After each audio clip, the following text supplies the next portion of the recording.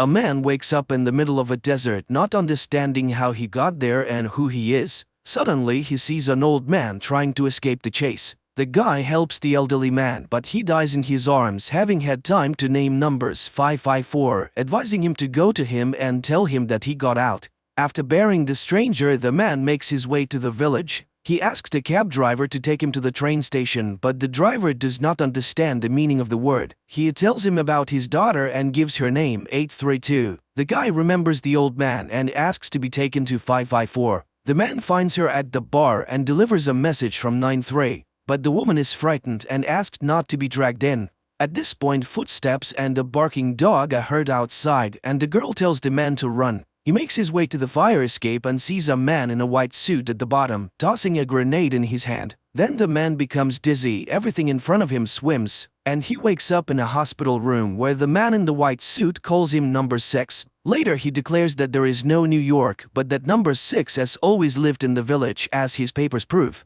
Number 6 is taken to his house, but he looks around and goes to the street where he sees cheerful, happy people. He buys a map of the village, but there is nothing marked outside. A woman doctor catches up with him on the street and tries to persuade the man not to look for a way out, while he looks at the ghostly towers of high-rise buildings on the horizon. Then he jumps into an empty cab by the curb and drives into the desert. But as he climbs the mountain, he sees only sand and rocks in the distance. The action rolls back to an evening in New York when Michael meets a girl in a bar. The next moment, the doctor finds him lying on the sand and takes him to the village. Waking up, number 6 tells him about the meeting at the bar, but he does not remember what happened next. After getting to the town, number 6 realizes that the numbers on the doors of the houses correspond to the names of their residents, and then he finds house 93. He searches the apartment, not knowing what he's looking for. At that moment, number 2 enters, accompanied by a young man. Again, he convinces the man that there is nothing but the village, to which number 6 reasonably observes, if the old man has been followed, it means that he has learned something.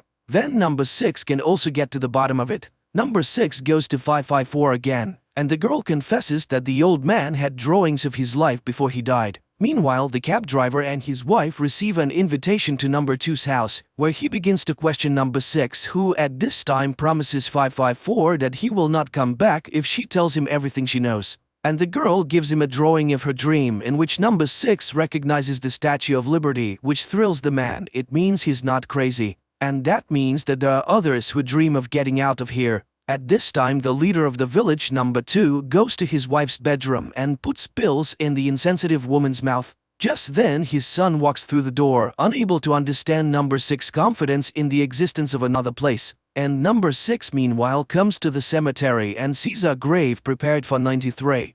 So the management is ready to fake his funeral to keep the rumors at bay. This is where the doctor finds him. Number 6 suggests that she lie down on the ground and look at the stars. There are millions of worlds out there. Is there really only one? And where do the names of great men come from in his memories? Number 6 tells of a girl in his memories whose name was Lucy.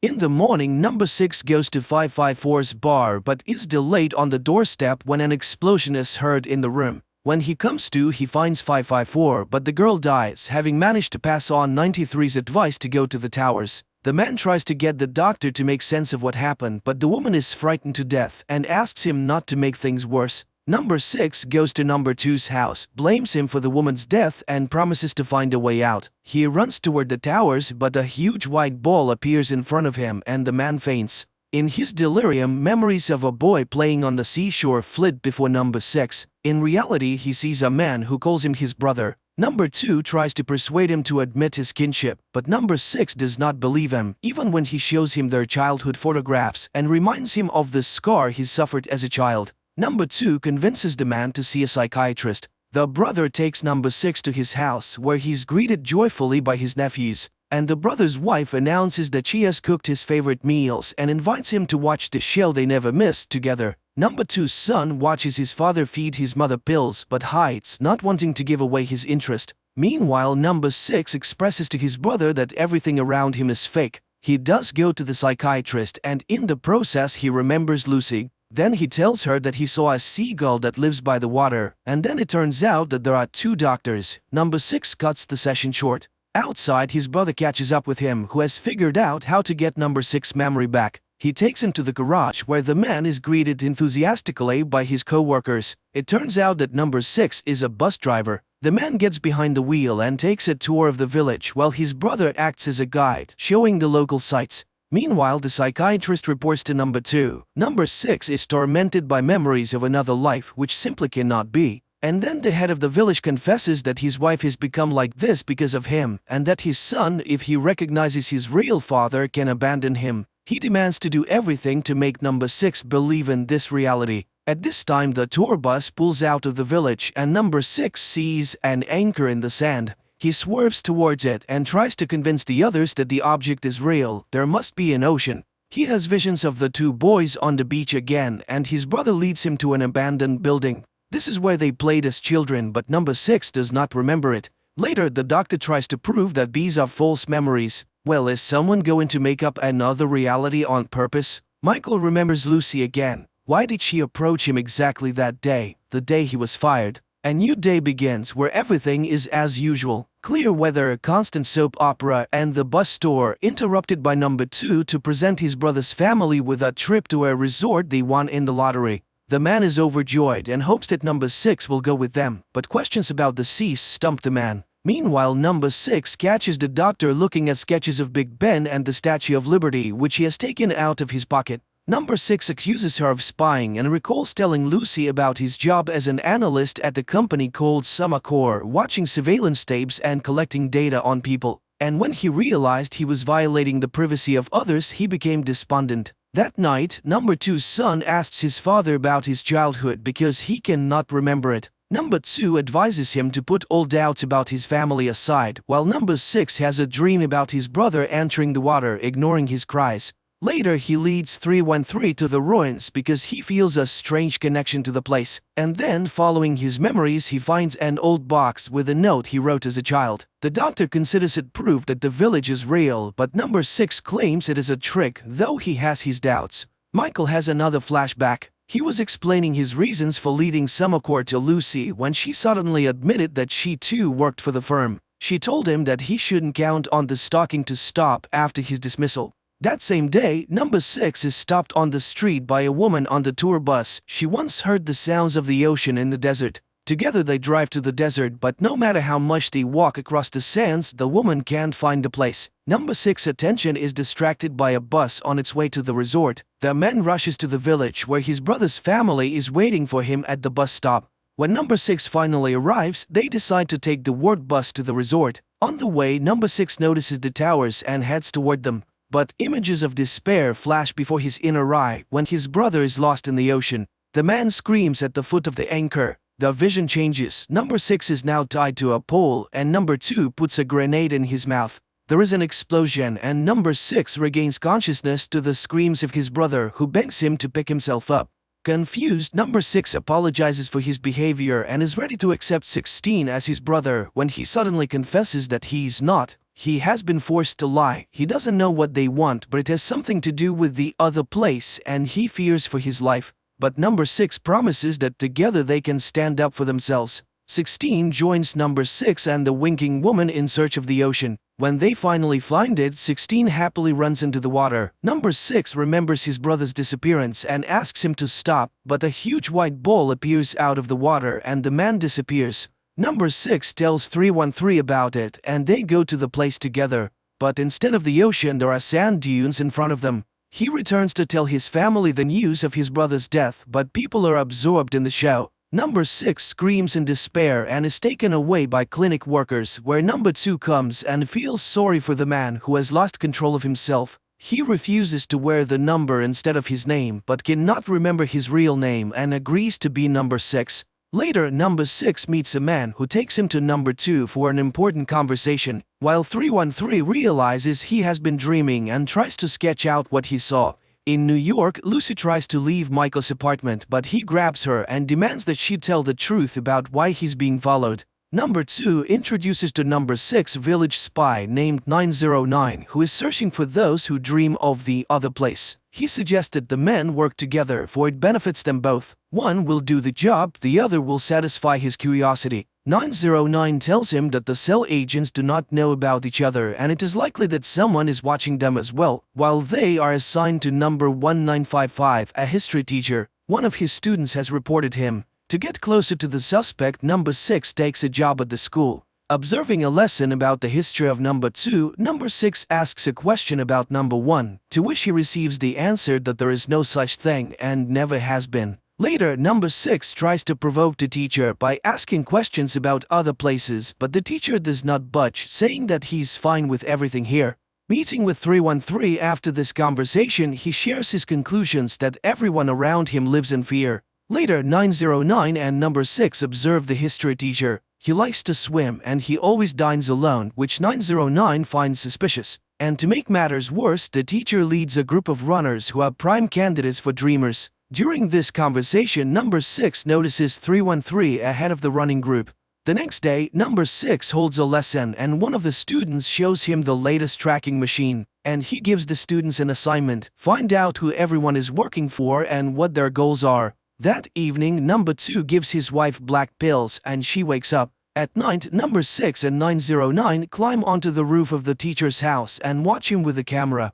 909 asks his partner to fetch coffee from his truck, where Number 6 finds surveillance log. He looks through it and discovers that he's the real 909's mission, and that 313 is also on the suspicion. The couple is talking about their son when Number 2 gives his wife a sip of wine and she falls back into a stupor. And the man notices that the surveillance camera has been installed in his garden. At this time, the teacher also realizes that he's under surveillance and slits his own throat. Number 6 insists that the man must be taken to hospital. The next day, the cab driver is playing with his daughter in the backyard when a huge hole in the ground appears there. Meanwhile, Number 6 searches the doctor's roof and finds a camera, not noticing that he himself is caught on the nearest camera. Number 2 calls 909 and shows the camera he found. He notes that his son is acting strangely and wonders if Number 6 has had any contact with him. The agent denies it, but Number 2 does not trust him. And Number 6 follows 909 and sees him in a bar with the mayor's son. It becomes clear that the couple are romantically involved. Number 6 recalls Lucy's confession that she has been reading Michael's reports and understands why Summercore wants to stop him. And in the village, he visits the teacher in the hospital and asks for help finding the other dreamers, but the man denies his involvement in any activity. The conversation is interrupted when Number 6 senses that he's being followed. He runs after the stranger but loses sight of him, unaware that he has been spied on by his student. The next day, Number 2 gives Number 6 an assignment to spy on 909, but the latter first wants to warn the doctor. Only the woman shows him her own surveillance photos. He's the agent himself, having climbed on her roof. At this time, Number 2's son is waiting outside his house for 909. The agent suggests that they take a break because Number 2 suspects them. Number 6 enters and finds them embracing. He demands that they stop following the doctor or their affair will become public.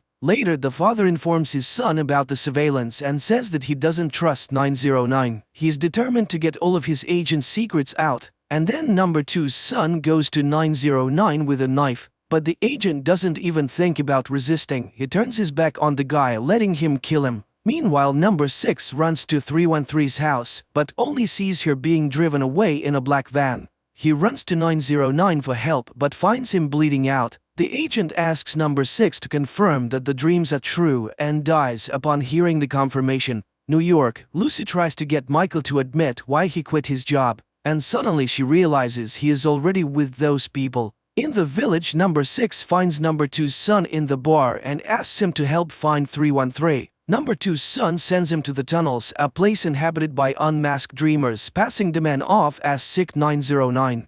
In the tunnels, Number 6 finds his apprentice, who in turn helps him to find the doctor. But while they are looking for a way out, the white ball appears.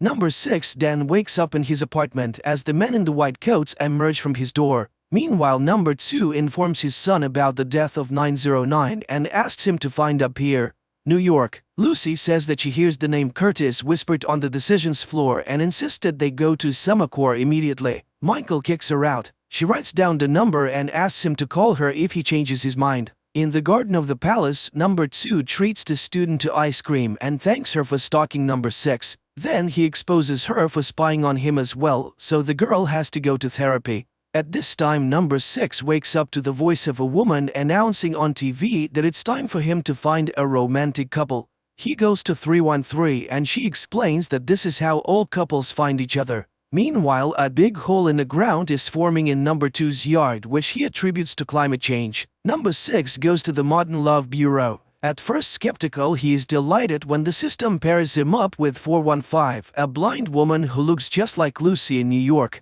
In the meantime, number 2 has a conversation with the doctor. He knows that she's a dreamer and she will have to betray number 6 even though she loves him. And number 6 goes to see 415. The girl explains that her blindness is the result of childhood trauma. He tries to convince her that they have met before in another life and recalls how close they were in New York. Then the girl says she doesn't usually act so impulsively, and 415 agrees to go to number 6 apartment. The action jumps to different times. Number 6 does not understand where he is Michael and where he is in the village. He tries to prove to Lucy that they have met in a past life. The girl freaks out and leaves. The next morning, number 2 observes his son stealing samples of pills from the safe. The boy takes them to the clinic and asks 313 to determine their content. Later, the father warns his son that once he learns the truth about the holes and his mother, there will be no turning back. Meanwhile, number 6 and 313 visit the cab driver and his family.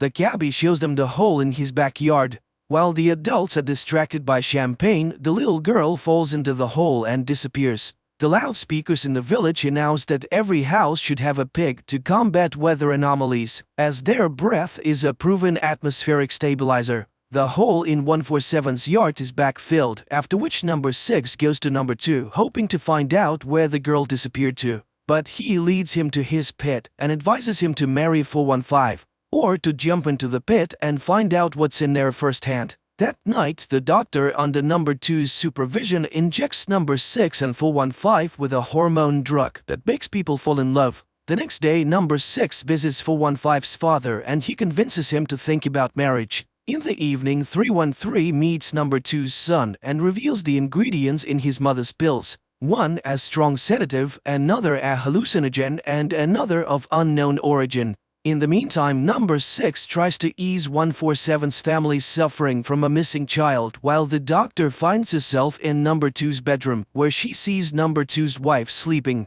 The man is interested in the possibility of reversing love. 313 speaks affirmatively, but she's again such a way of winning the man over. That night, 313 goes to number 6 and confesses her feelings as he falls asleep. People from the clinic arrive and take him away. The doctor injects him with the drug, but the man wakes up and number 2 confesses that they caused his love artificially. But the man disagrees with this statement. His love is real, and he intends to marry 415. New York, Lucy and Michael wake up together. Lucy feels that she's not being her usual self and tries to leave, but Michael offers to cook breakfast for her. The girl asks for oranges. The man's consciousness is double again. He proposes marriage to Lucy and 415, and both respond by saying yes. On their wedding day, the doctor shows up at the church to tell number 6 that his feelings for 415 will not last. When the bride arrives, 313 kisses number 6. Sensing this, 415 runs off into the desert.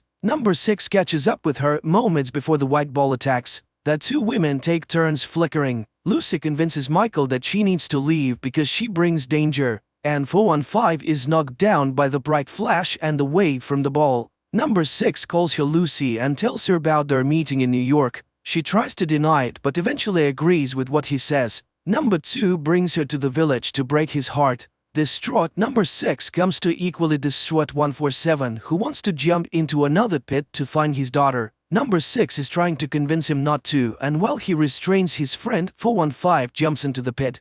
At this moment, his apartment in New York explodes, which Michael, who was carrying Lucy the oranges, sees. Number 2's wife in New York opens her eyes. In New York, Michael tries to get into his apartment but is chased away. Lucy, in her recorded message, asks him to stay away from Summercore, but Michael rushes there. Distraught, number 6 screams at the palace gate, vowing to avenge the death of 415 without noticing his double looking at him from across the street. Later, number 2 finds his son in the bar. The son accuses his father of lying and demands to know where the village is, and he admits that he is in his mother's mind and that she did all this for him. Number 2 gives his son the key to the safe with the pills, offering him a day with his mother. 313 wakes up and finds number 6 sitting at her bedside. He recalls their kiss and reaches for her, but the woman asks him to stop. Number 6 leaves. The next day, number 6 comes to see her at the clinic. He mourns the death of 415 and tries to find out what is in the hole. 313 wonders why he didn't worry about it last night. Confused, number 6 claims he never went to her house. And when he goes outside, he discovers that he got into a fight with the cab driver yesterday. Confused, number 6 returns home. His apartment is in ruins. A receipt from a grocery store is on the floor, and the words "see you later" are written on the mirror. New York, Michael's pass is already deactivated, but he convinces the security guard to let him go down to the basement for a new one. Number 6 goes to the store and he learns that he bought a knife here yesterday. He tries to convince 147 that his previous fight was with an imposter, and then he sees his double. He rushes out in pursuit and catches up with him, but the doppelganger knocks number 6 to the floor and puts a knife to his throat. He demands to kill number 2, who is responsible for the death of 415. Then he stabs him in the face and disappears. Number 2 prepares to leave the palace and finds number 6 breaking through his bodyguards to warn him of the appearance of the double who is going to kill him. But number 2 begins to behave strangely. He refuses to go in his car and goes for a walk in the village on foot, throwing off his suit. Meanwhile, number 2's son sees a message with a warning about the appearance of his father's double and wakes up his mother. Number 2 meanwhile walks into a store and asks for cigarettes. The salesman reluctantly hands him a cigarette, then smokes with him, but after he leaves, the man calls the clinic. Mother and son are having lunch, during which the boy pokes his mother for information about other places. But the woman convinces him that the village has everything he needs for him. Number 6 again tries to warn number 2 of the danger, but he calls himself a vagrant without a number and is not afraid to die. Nevertheless, when he sees number 6's double, he agrees to get into the cab driver's car, and he takes him to his home to protect him from being caught as a wanderer without a number. Meanwhile, Michael goes to get a new card and recognizes the man as the village shopkeeper. The access specialist is skeptical until Michael proves that they share the same memory. 147 and his wife treat number 2 to cake until agents searching for the double arrive. Number 2 flees while his wife gives out for a walk without noticing the formation of a new hole in the yard. Later, number 2 comes to 313 and wonders if she wants to see the other place. He promises to grant her wish, even against her will. At this time, the son again asks his mother for permission to go to the other place, and the woman confesses that the holes appear when she's awake. And she also adds that the people born in a village cannot live anywhere else. The distraught son runs out into the desert and throws away the key to the pill cabinet. Meanwhile, 313 seeks solace in the arms of number 6 but realizes it is a double. She runs away haunted by new visions and finds herself in the middle of the desert, while number 6 tells number 2's son about the doppelganger and his intentions to kill his father. The boy names the location of number 2 and confesses that he recognized him. He is the doppelganger and the killer. In the village church, number 6 finds number 2, and he confesses that he created the village because he wanted a fresh start, free from the apathy and the cruelty of the real world. But apparently he was wrong. He recognizes the doppelganger and he's not afraid to die. The doppelganger grabs number 2 while the real number 6 appears. He stops to double. They will only win if they unite. At this point, number 6's double disappears, while number 2's son finds the key in the sand and puts his mother to sleep again. Number 2 returns home, explaining that his double has been found and apprehended. The shopkeeper is dragged to the clinic. In the middle of the desert, 313 finds a glass door with the Summacora logo on it and goes inside. At the same time, Michael and the master go to the task floor. In a room filled with monitors, profiles of the villagers are displayed. Michael recognizes the people as subjects from his reports. On one monitor, he watches Lucy's recorded warning until 313, following a long corridor, encounters a vision. She flees back into the desert. Michael goes to the window on the floor and sees Village Street and number 6. He knocks on the window trying to get his attention, but he looks toward the towers and turns away and leaves. Meanwhile, new residents arrive in the village who cannot answer where they come from. And that Samakor, the winking woman from the tour bus, informs Michael that a car is waiting to take him to Mr. Curtis. In the village, number 6 receives a summons to the clinic, where he shares with 313 his concerns. The village is expanding. Apparently, number 2 is up to something. At that moment, the doctor receives his test results and is frightened. At the same time, looking around the village, number 2 tells his son that all of this is his inheritance. Their conversation is interrupted by number 6, who wants to know exactly why he's now certified to die. Number 2 replies that he has exhausted all means to convince him to live peacefully in the village or not to live at all. In the meantime, 313 continues to be haunted by visions from another life, but number 2 warns that she must not let the girl from the other place control her.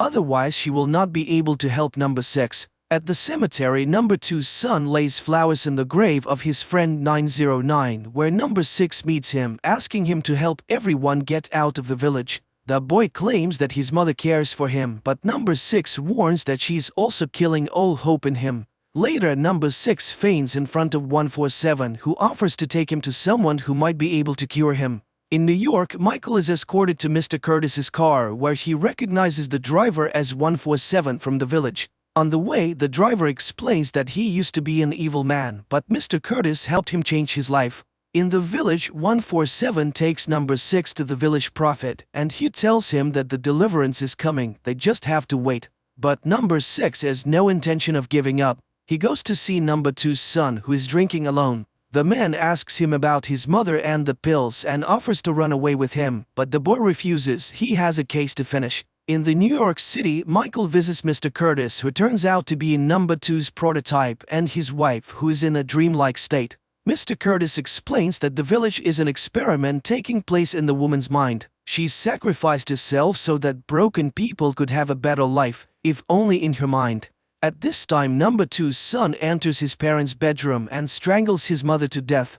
Mr. Curtis confirms that it was Michael who found everyone in the village. Meanwhile, at the clinic, number 2 taunts dying number 6 with details of his upcoming funeral. Later, number 2 returns home to find his wife dead and his son missing. He and his assistant searched the bar and discovered that his son has hanged himself. Number 2 takes his body out and places it in a glass coffin. More and more earth holes begin to open up in the village. Number 2 visits 147 and asks that at just the right moment the man shout the phrase that number 6 is the first. Back in New York, Mr. Curtis shows Michael the positive impact of the village on suffering people.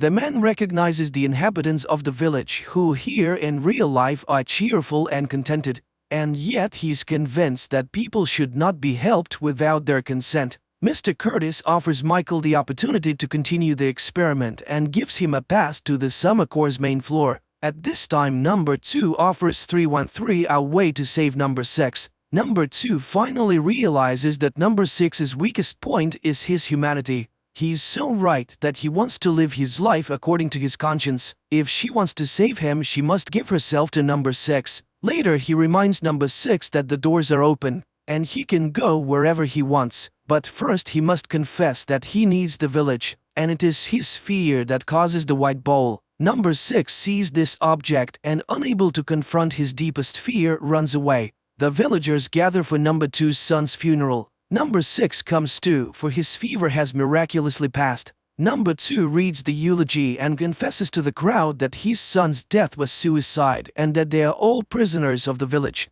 At this time, in a New York church, Mr. Curtis introduces Michael to Sarah, 313's prototype. She's mentally ill, suffering from the effects of childhood abuse. The man tells Michael that he worked with the girl for a long time until she resisted. Meanwhile, number 2 admits that he cannot save the village and soon everyone will be in the abyss. The child throws a stone in number 2's face and he points to number 6. He can answer all their questions and he calls him number 1. Mr. Curtis asks for help to cure Sarah, for Michael is number 1. The crowd begins to chant that number 6 is number 1 and will save them all. Number 2 tells number 6 that the only way to plug the holes is for a dreamer to take his wife's place. That's when 313 steps forward and takes the pills. Michael takes Sarah by the arm, catching her as she falls, and number 2 puts a grenade in his mouth. He gives it to number 6 and pulls out the pin. Mr. Curtis returns home and finds his wife healthy. On the appointment floor, Michael takes over as the new head of Summer Corps. On the high ground by the village, number 6 and sleeping 313 look out at the world around them. The man confesses that he has only now realized how beautiful it is here and intends to create a good village. 313 sheds a tear. The film is quite complex. It is not always immediately clear what is real and what is a flashback or hallucination, especially when it comes to the same characters, but everything is redeemed by a rather unpredictable ending which explains all the strangeness of the plot.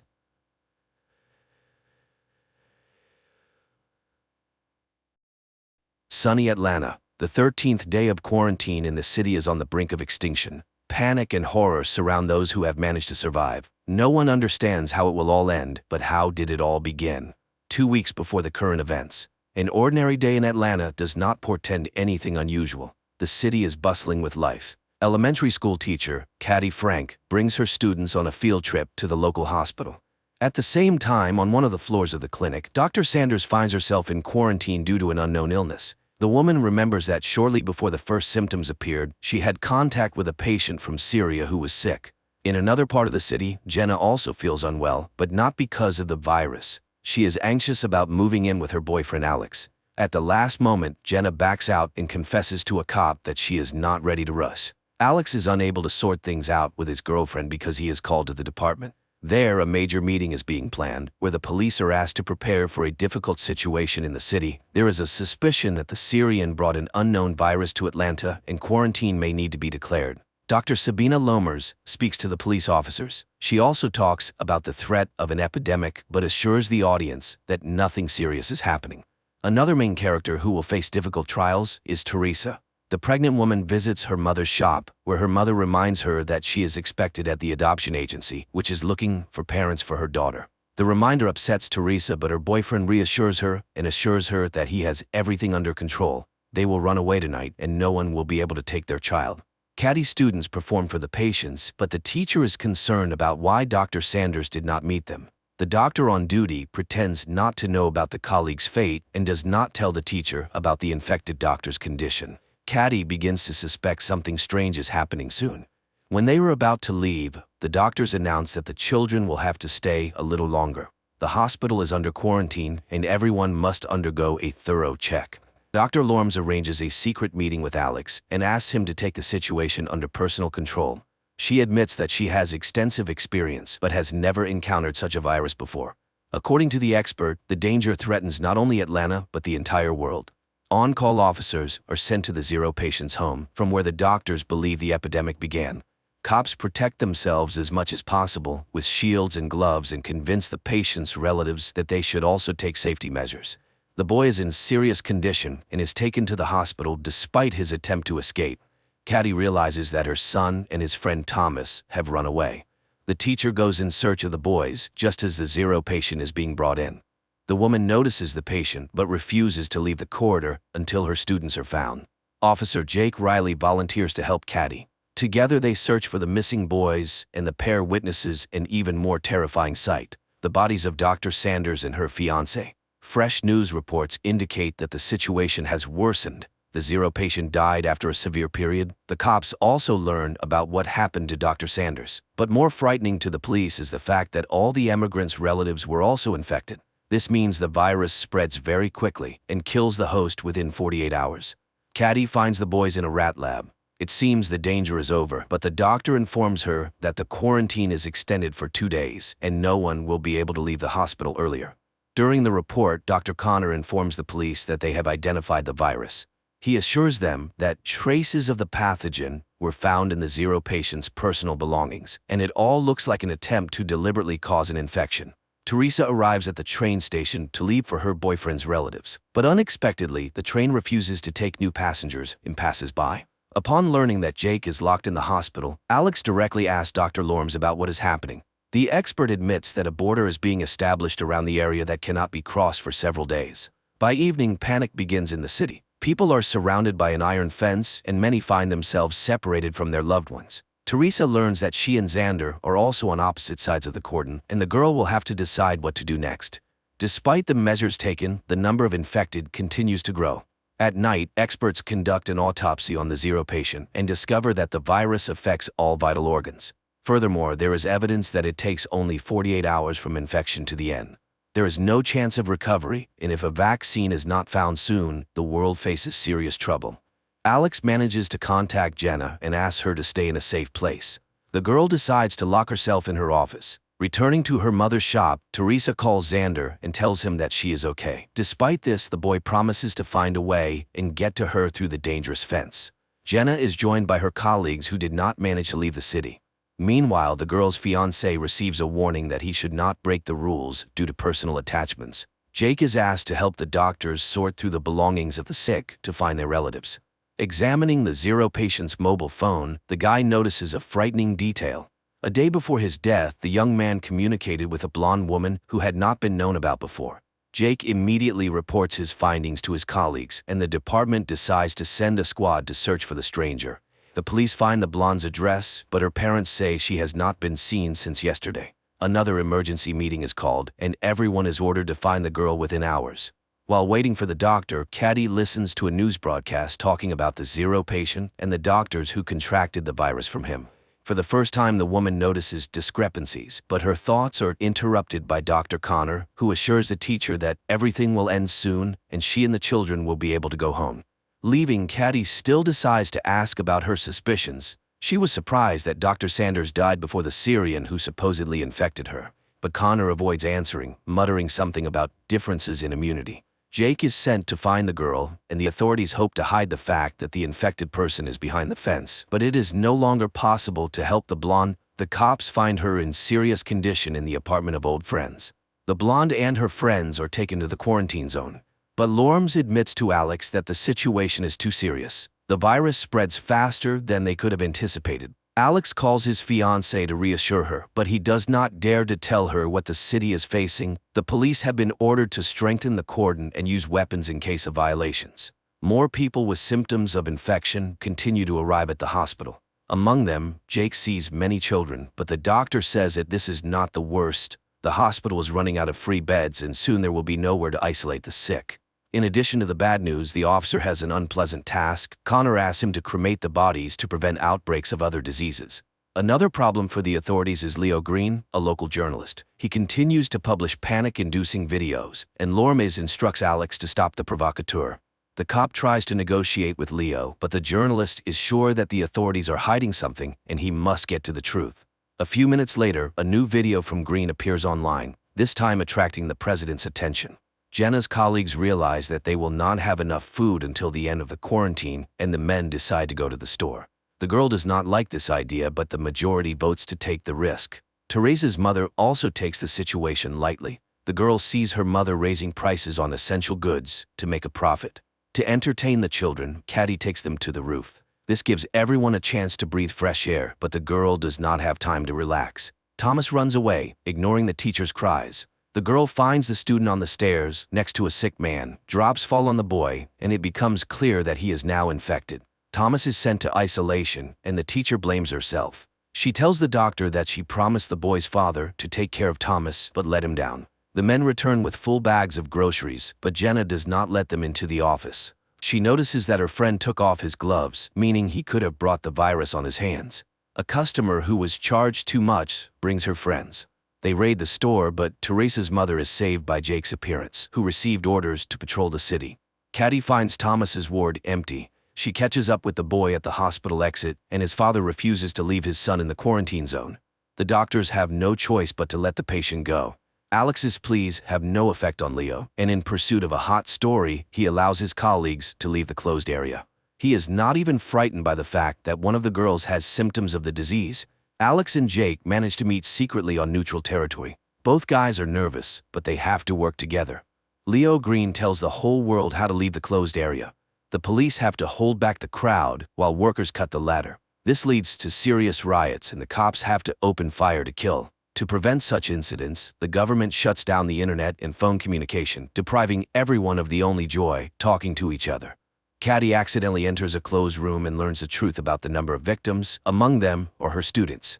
At the same time, Jenna also tries to get to the truth, and she assembles a radio phone to call Alex. The girl has to climb to the roof to get the antenna, where she meets Sam, a technician who hid on the roof to avoid infection. Alex changes partners and goes on night duty. In the middle of the night, he notices an intruder and asks him to stop. The criminal turns out to be Xander, who is trying to enter the danger zone to his fiancée, but the cop does not let him do it and pulls the trigger. The bullet turns out to be rubber, and Xander is simply taken to the hospital. The officer visits him and apologizes, but warns that he will do the same thing next time. Leo decides to take advantage of this. He is preparing a scandalous report about the abuse of power. The store is visited by robbers again, but this time Teresa is also in danger. However, unexpectedly, the women are saved by another gang planning to profit from the quarantine. By the end of the day, Xander's ward is empty. The nurse says he left with Leo Green, but Alex does not have time to stop them. The duty officer reports that the guy has entered the infection zone. Dr. Connor shows Jake the rats that were injected with the medicine. Unfortunately, right before the cop's eyes, the animal passes out, and the hope for a quick rescue disappears.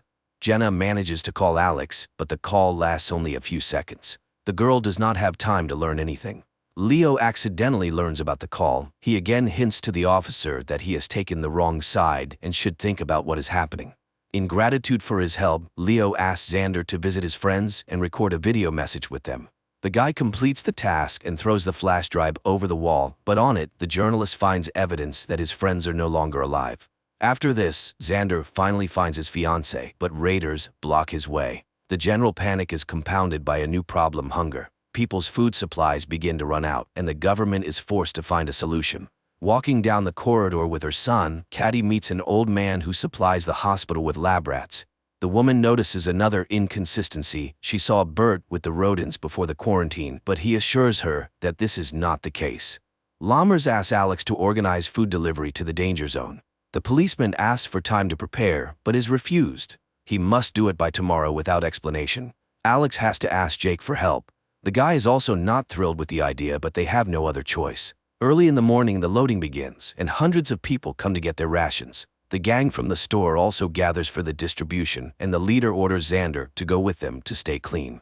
Jenna goes outside for the first time in many days to get some food. She approaches the distribution center, but a gangster car passes by, making her uneasy. Jake recognizes his friend and gives her a ration without a cue. He also hands her Alex's keys and asks her to hold on, as everything should end soon. Constantly thinking about the epidemic and inconsistencies, Caddy again turns to the doctor with questions, but he is clearly not willing to talk about it. The doctor assures the teacher that he knows no more about the virus than she does. The humanitarian point is surrounded by the store gang. There are many more bandits, and they take the food boxes to sell them to hungry people later. Alex is furious that the leadership did not listen to him, and the products fell into the hands of bandits. But Lammers does not see this as a problem. She believes that residents still have a chance to buy food and satisfy their hunger. Jake's partner turns out to be infected, and the officer offers him help, but the officer refuses to go to the hospital. He knows that no one can help him, and decides to solve the problem on his own.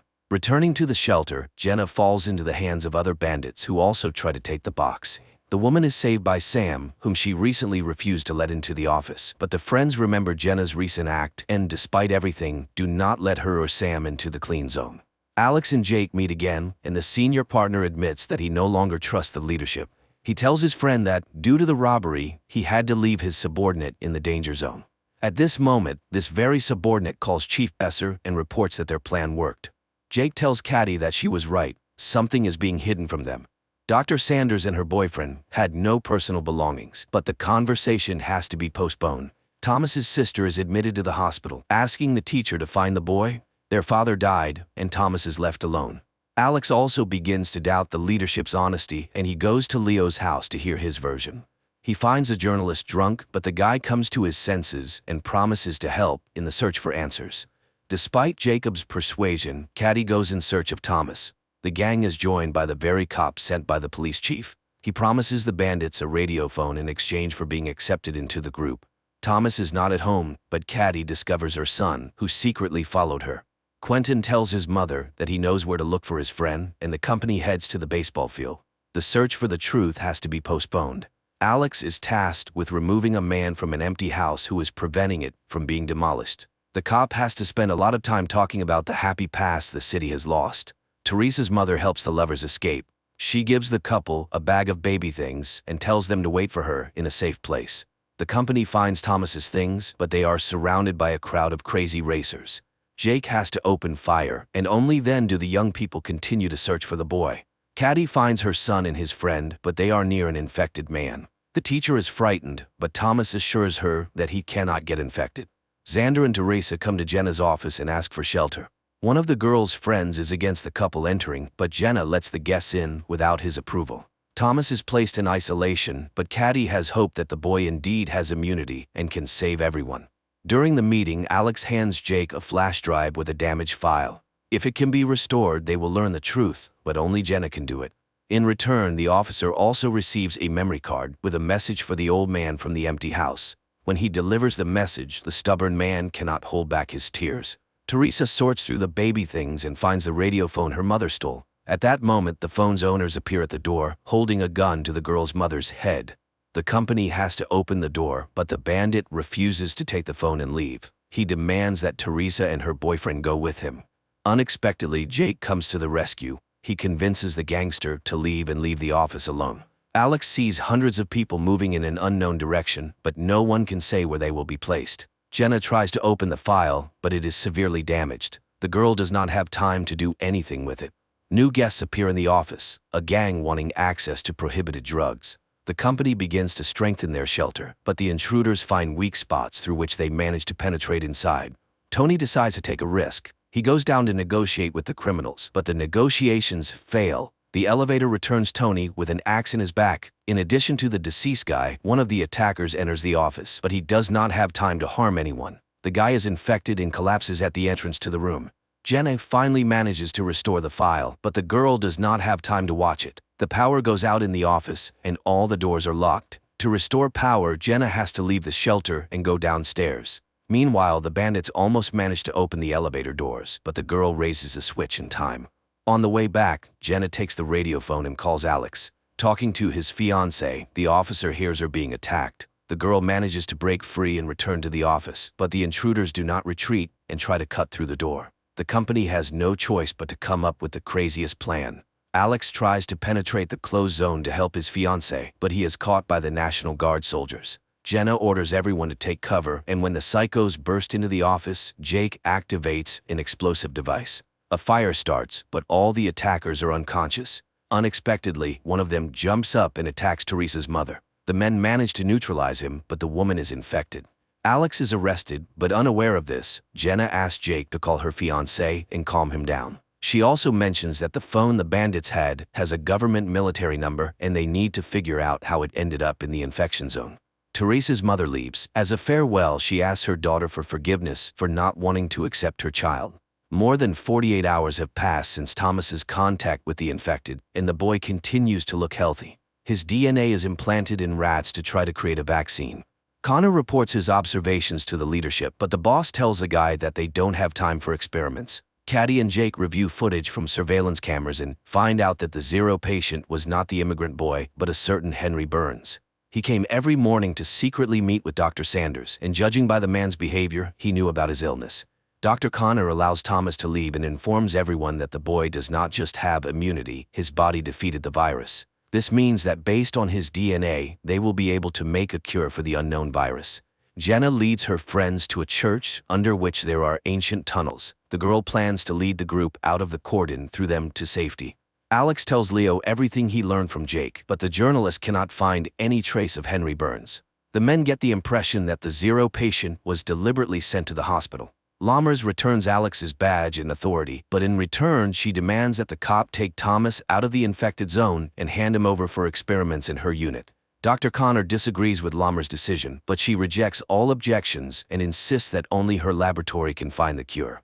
Everyone has hope for a quick return to peace and normal life. It seems not everyone will live to see this happy moment, but some decide not to waste time and enjoy the moment, using all possible safety measures. Leo finds out that 2 days before the epidemic started, Burns received a package with the virus. Now he wants to know who the sender was, but Alex asks him to postpone the investigation so he can carry out the order. All night the company breaks through the exit to the tunnel, and in the morning they finally go underground. At the same time, Caddy and Jake go to the meeting place to hand Thomas over to Alex. Dr. Connor realizes he was wrong. The patient bitten by a rat injected with Thomas's DNA is infected. During the seizure, he infects several more people, and the doctor understands that the boy is an asymptomatic carrier. If he leaves the cordon, the virus will take over the entire city. The company has to return due to gas that has accumulated underground. They remain in the infection zone. Meanwhile, Thomas ends up in the hold the zone between districts. He is met by Alex and Dr. Lammers, but at the last moment, the transfer is cancelled and the boy is sent back. While Alex tries to figure out what to do next, he receives a voice message from Leo. The journalist claims that the virus was created by Connor. Alex and Lammers remain in quarantine in the container between the zones. Thomas is returned to the clinic and quarantined to figure out what to do next. Jenna's company returns. The group could not go underground due to accumulated gas, but the office is empty. Teresa and Xander left to find a cleaner place. On the main street, the guy begins to suspect he was wrong. Hundreds of protesters are holding a rally demanding to be released from the infected zone. Xander tries to protect the girl from the crowd, but Teresa sees her mother in the crowd and tries to break through to her. Not wanting to risk his pregnant girlfriend, the guy decides to check who she saw in the crowd. Jake arranges a date for Caddy and the couple has a great time until a frightened Quentin runs into the room. The boy says that old man Ray took the other children and led them out of the hospital to break through with the others. Leo meets with an ex-girlfriend and asks her to get Connor's call details. He has no doubt that the doctor's to blame, but to prove it, he needs facts. Xander realizes that Teresa was mistaken, but as a result, he encounters an infected person.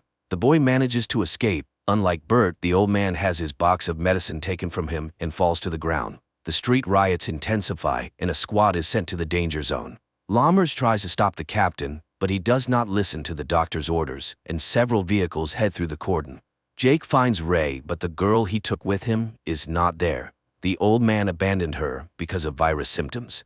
Caddy spots Mary before Jake can tell her about the infection, and the woman takes the child into her arms despite the blood. The crazed crowd pushes Teresa to the ground. Xander runs to her but is afraid to touch his girlfriend for fear of infecting her. When Jake finds his friend, it becomes clear that she is now also sick. Caddy realizes this from her boyfriend's look and upon returning to the hospital, tries to wash off all traces of the infection. Leo gets the information he needs, but it does not match his assumptions. Moreover, his friend tells the journalist that Burns called someone on an encrypted phone that only high-ranking officials can have that day. Susie, Jenna's friend, confesses that she is expecting a baby. Going for a test to check this, Jenna meets Xander and Teresa, who stayed on the street after the riot. Caddy ends up in isolation, and Jake tries to support her, but the girl's nerves can no longer withstand it. After 48 hours, Dr. Lammers and Alex are released from the container. There are only 8 hours left until the end of Caddy's quarantine. At the same time, Teresa's baby is about to be born. Alex visits Leo and finds out that on the day of the infection, Burns did not call Connor, but Lammers. There is no doubt that she started the epidemic for some personal purpose. Dr. Connor conducts his first round after leaving isolation. When he reaches Caddy, he admits that he cannot release her. The onset of symptoms has increased, and 48 hours is no longer a guarantee of health. The soldiers who participated in stopping the riot were infected. Lammers reports this to the journalists, but she promises to find a cure and save the country. At Alex's request, Jake inspects the apartment of Leo's friends, who were also investigating. There he finds ashes, all that remains of the documents and evidence. When friends meet to discuss this, Alex realizes that Lammers and the police chief are involved. Dennis, the father of Susan's child, returns to the office, but the man shows signs of infection on his face, and the company refuses to let him in. To make it easier for the man, Susan tells him that there was a mistake. She is not pregnant, and he has nothing to blame himself for. Alex meets with the chief and says he knows the truth, but it turns out that Besser did not know that Lammers released the virus into the masses. Jenna and Susan fail to ease Teresa's pain, but as usual, Jake appears at the right time. The guy calms the young mother and helps her daughter be born. Alex asks Leo not to publish material against Lammers until they have substantial evidence. An argument begins between the men, and the journalist agrees to wait no more than 2 hours. Not wanting to waste time, Alex goes directly to the doctor and asks her to resign. Lammers tries to intimidate the officer, but when she realizes he is not joking, the woman promises to hold a conference and leave her post. Teresa shows Xander their daughter, and the baby is placed in a crib made of boxes. Jake tells Caddy about this joyful event, but the girl's delight is overshadowed by a cough with traces of blood. Lammers gives a press conference, but does not admit her guilt. She claims that Dr. Connor accidentally released the virus. Still unaware of this, Connor conducts experiments and tries to find a cure. Jake asks him to try to save Caddy, and the doctor agrees to give her a trial dose of serum from Thomas's blood. Old man Bert regains consciousness and discovers that his leg is broken. Despite this, he finds the box of medicine and tries to get home, where his wife has been waiting for him all this time. Connor learns what Lammers did. He does not understand why his colleague did this to him, but despite this, the doctor does not give up trying to save Caddy. Giving her the injection, Connor tells the girl how the virus penetrated their clinic. Jenna meets Bert and gives him her water. She also gives the old man a cart so he can finally reach his wife. After the injection, Caddy gets worse. She is tormented by nightmares and barely waits until morning. To support his friend, Jake brings a TV and invites her to the movies. The couple spends the whole day together, but Caddy gets worse again, and she decides to confess her love to her boyfriend, fearing that there may not be another chance. Jenna tells her friend about her conversation with the gangsters. Trader Miz offered her a route to the healthy zone, but it is very expensive. Sam agrees to contribute his share, but only if Jenna agrees to leave the others and go with him. Alex goes to Leo's apartment, which turns out to be empty. After losing, the journalist refused to fight Lammers, but later the cop receives a pizza from a friend in which Leo left him a note with an address and a key. Caddy gets worse by the minute, and Jake prepares to say goodbye to his friend. He asks the doctor to help him put on a protective suit, and when the girl falls to the floor, the boyfriend takes her hand to ease her suffering. The doctor tells Jake that he can say goodbye to Caddy's body, which is waiting for cremation.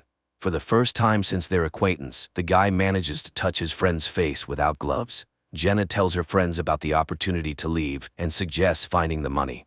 But Teresa refuses to go. She wants her daughter to grow up a little. Arriving at the address Leo sent him, Alex finds evidence that will help him punish Lammers. Teresa, Xander, and their newborn daughter reach Bert's house, Teresa's grandfather. The young mother plans to stay at her relative's house until the end of quarantine, but seeing the empty shelves, Xander insists that they must run. Alex learns about a certain Catherine Hops, whose son was connected with Lammers. From her, the man learns the address of the laboratory and heads there. While Dr. Connor tries to create a cure, news about him spreads throughout the zone. A gang breaks into the clinic wanting to punish the doctor, but Jake convinces them that he needs to be protected to be the first to get the vaccine. This is the last thing Jake can do before leaving. He decides to run through the cordon to save Quentin. Alex inspects the abandoned lab and finds solid evidence of Lammers' guilt. He accuses her and names a True Zero patient who fell ill several years ago. This time, Lammers does not argue. She admits she created the virus and believes it is needed for the country's safety. But now she asks Alex to postpone the battle and focus on fighting the virus, which has now crossed the cordon. An attack occurs in the hospital, and one of the gangsters becomes infected. Dr. Connor has to give him the test drug. It is his only chance not to become a victim of the bandits. Jake prepares Quentin to cross into the healthy zone and promises to find him as soon as it is all over. Jenna's company also prepares to go underground to cross the cordon. At the same time, the body of the boy who tried to take the risk is examined, and an army is assembled so that no one else can cross the border. To prevent illegal crossings, the tunnels are mined and blown up. Alex tries to stop it, understanding that there may be people there, but the captain refuses to make concessions. Unaware of the government's plans, Miz orders the fugitives to prepare to descend into the tunnel. Meanwhile, at the hospital, Dr. Connor transfuses Thomas's blood to the infected gangster, hoping this will cure him. Despite all attempts, the gangster cannot be saved. Because of this, Jake has to save the doctor. The gang leader cannot forgive him for the loss of his brother. The explosions catch the group deep in the tunnel. The ceiling begins to collapse, and the company is divided. Teresa, Xander, and their baby are left alone. Connor finds a way to make the medicine, but for this he needs people with the same blood as Thomas. Jake tries to find volunteers, but no one wants to participate in the dangerous experiment. Then the guy prepares a speech in which he names all the dead. For their sake, Jake asks people to get tested and, in case of a match, become donors. Miz leads the group to a dead end, but the guy does not give up and looks for new exits. Alex learns about this and asks Lammers to stop the explosions and bring people to the surface. As an exception, Lammers promises the officer 1 hour. After that, all tunnels will be destroyed. Jake's words convince people and they gather to get tested. Xander takes his family to Teresa's mother's store, and the girl decides to stay there until the end. The doctor finds blood with antibodies. A local priest can be a donor for the medicine. Old man Bert spills the last bottle of wine and adds a secret ingredient to it. He and his wife raise their glasses to toast that their suffering ends. Hugging on the couch, the couple prepares to go to a better world. Alex finds the fugitives, among whom he sees Jenna. The girl assures her fiancé will let them into the clean zone, but Alex does not know what to do. His time is running out. Dr. Lammers orders the tunnels destroyed, but at this moment, Leo's report about everything the blonde did appears on the screens. Alex does not let the fugitives go, but returns to the quarantine zone with them. And Jake, scattering Caddy's ashes over the city, prepares for a new battle with the virus that changed the world.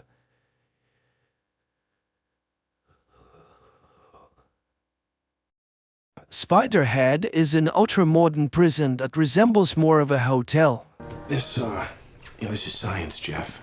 We're making the world a better place. In this facility, inmates live under a more relaxed regime, have the right to take walks, interact with each other, and have the opportunity to reduce their sentences and receive bonuses. But it all comes at a price. Spiderhead carries out medical trials, and not all of them are harmless. To be fair, it must be said that all experiments are voluntary, and each inmate has the right to refuse and return to a standard cell in another prison. Ray, one of the inmates, sits in a chair in front of a mirrored window, and Steve announces the start of the experiment by injecting a substance into Ray's bloodstream. Just a minute later, they administered the first dose of the drug to the subject and begin reciting simple jokes, causing Ray to burst into hysterical laughter. When the jokes are replaced by grim facts, the subject's reaction remains the same. Ray continues to laugh hysterically. Another morning in Spiderhead is no different from the previous ones. Inmates are awakened by a loudspeaker and their names immediately announced for participation in the experiments. Steve inquires of Jeff if he's willing to try the new N40 compound on himself, which no one has ever tried before, and the guy readily agrees to participate in the experiment. In addition to the test drug, another one is administered to enhance the speech centers of the brain. This allows Jeff to describe his state in great detail, mentioning the smallest details. Returning to the Spiderhead compound, Jeff meets Lizzie and tells her about his walk today. Unfortunately, he can't recount everything he saw because after taking the substance that enhances vocabulary, a side effect occurs. Jeff can't say even a few words. The only thing the guy remembers is that everything that surrounded him during the experiment, whether it was flowers or factory pipes, elicited the strongest feelings of love and admiration in him. In the evening, while sitting in bed, Jeff recalls how he ended up in prison. He and his friend decided to go for a joyride at the party, and the intoxicated Jeff took the wheel. The next day, the N40 trials, now called Cupid, continue, but this time Jeff is not alone. Heather, a bold girl who changes her mind about her partner after just a few seconds of drug administration, is invited to join him. The couple's conversation lasts only a few seconds before they cannot resist and engage in intimacy. They don't care that they're being observed and filmed, as the substance completely disconnects their minds from their internal barriers. The process concludes with the young people confessing their love for each other, which delights Steve, and he instructs his partner Mark to closely monitor the subjects to see how they behave when the effects of the substance wear off. The couple feels awkward after what happened and tries not to talk to anyone about it. Jeff continues to spend his free time with Lizzie, not telling her about what happened during the experiments, and he avoids encounters with Heather. The next day, they administered the same Cupid to Jeff, but this time in a double dose, and instead of Heather, an older woman is in the room, whom sober Jeff looks at with disgust. However, as soon as the substance enters his bloodstream, he engages in love with her. After this experiment, Jeff asks Mark to remove him from the kitchen where they work together with Lizzie because he feels uncomfortable continuing to interact with his girlfriend. Steve brings Jeff into the laboratory, but this time he's on the other side of the glass. Steve shows Jeff that both of his previous partners are in the experiment room. The supervisor offers Jeff the choice of which girl he is willing to administer the substance that induces intense fear and pain to, but Jeff cannot choose. He's indifferent to both of the girls and he cannot wish harm upon them. In the end, they simply release the girls, canceling the experiment. Having the right to another Friday walk, Jeff calls his girlfriend who was with him on the night of the accident, but once again he only gets the voicemail. In the evening, Jeff spends time with Lizzie, arranging a small Christmas surprise for her. When Jeff finds himself in the familiar chair in the laboratory, he sees Rogan in front of him, a massive inmate covered in tattoos. Jeff recalls everything that happened with the girls in the previous days and refuses the experiment. Nothing happens, and the men are simply released after a couple of minutes of silence. Jeff realizes what has just occurred. He and Rogan were partners with one of the female inmates, and she was supposed to choose which one of them would receive meds. Bursting into Steve's office, Jeff confirms his suspicions upon seeing Heather there. Furthermore, the doctor does not even argue with the inmate. On the contrary, he shows him a diagram of who is supposed to get close to whom under the influence of the drug. In response to Jeff's complaints, Steve reminds him that being in Spiderhead is a privilege, and if he is not satisfied, he can transfer to a regular prison, albeit without hope of early release. Understanding the hint, the next time Jeff sits calmly in the same room as Rogan without any hysterics. Steve sends Mark on a weekend break, advising his friend to enjoy his time on the mainland. Steve himself decides to take the Cupid to experience the ecstasy he had only seen in his subjects before. The experiments continue, and Steve warns Jeff that they will have to administer Darkin flocks to the girls, as a certain committee demands the purity of the experiment. Jeff tries to explain that he does not wish for anyone to experience the effects of this substance regardless of his feelings for the girls. However, Steve remains adamant and reminds Jeff of all the privileges that he enjoys by cooperating with them. Not wanting to go back to a regular prison, Jeff agrees to administer Darkin flocks to Heather. Heather begins to cry and panic, but the management calmly records the data, listening to Jeff's comments, which did not contain any hint of romantic feelings.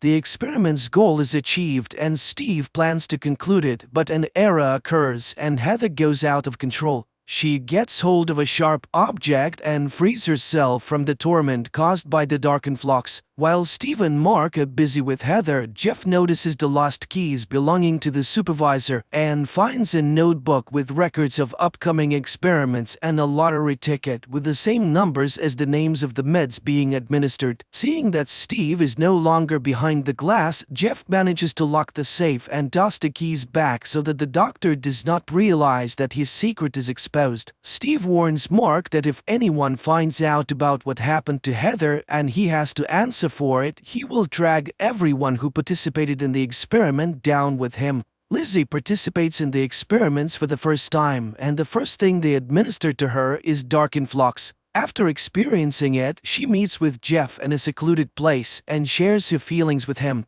Lizzie confesses that she's not sure if Spiderhead is better than a regular prison with the strictest regime. In turn, Jeff also opens up to his girlfriend and confesses that on the night of the accident there was not only his friend in the car but also his beloved girlfriend who did not survive the ride. That's why he willingly undergoes the trials on himself, hoping to somehow atone for his guilt. The candid conversation between the two of them leads to them spending the night together. Steve quickly deduces the close relationship between his wards and decides to use this connection for his own purposes. When Jeff arrives for the next experiment, he learns that today he must either agree to administer Darkin flocks to Lizzie or leave Spiderhead. Jeff refuses, but the doctor gives him a chance to postpone the experiment until the morning. When he meets the defiant young man again, he is armed with Lizzie's personal file. It turns out that the crime for which the girl is serving time is so terrifying for her that no amount of Darkin flocks can make it worse.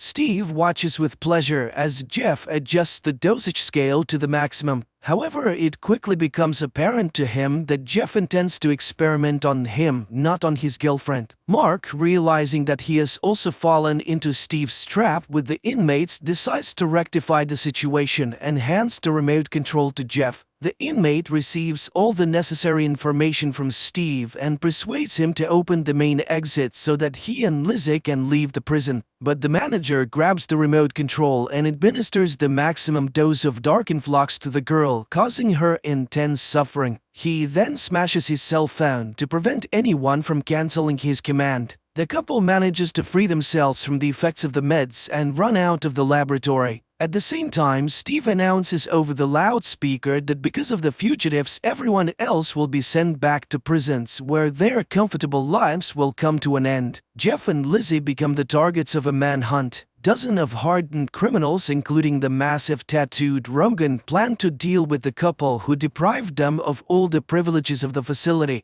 Steve tries to escape with the meds because police boats called by Mark are about to approach Spiderhead. Steve manages to leave the base and take off in a small plane before the police arrive. But since his remote control is shattered, meds are injected into his bloodstream in massive quantities. Another release of Cupid induces admiration, and Demand steers the plane towards a tiny rocky island, seeing it as a paradise. Mark, on the police boat, watches as his former boss circles above the sea and then crashes into the rocks. Jeff and Lizzie hijack a boat and manage to sail away before the police arrive. Happy and free, the young couple regrets only that Steve did not invent a substance that could induce self-forgiveness. And that's how the movie ends.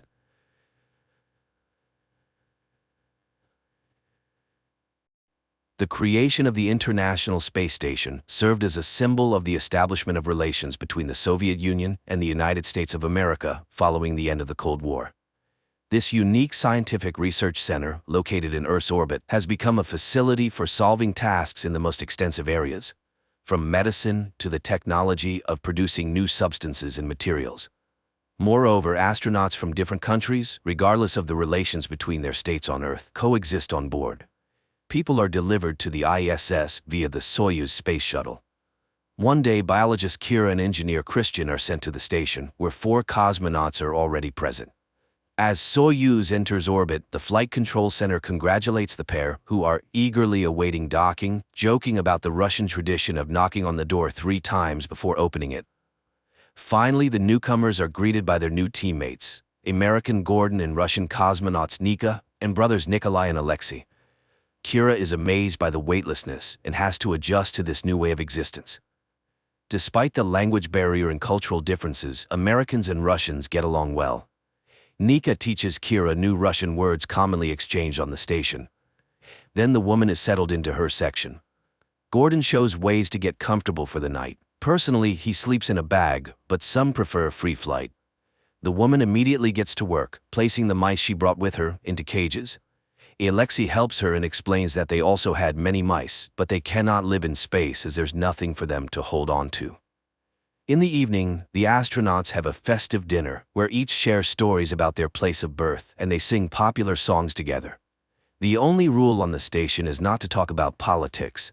The newcomers distribute gifts from loved ones and souvenirs brought from Earth. Then Kira looks at Earth from the space station for the first time, and her colleagues explain the main effect of the view. From here, borders are invisible, and all of humanity is united and indivisible.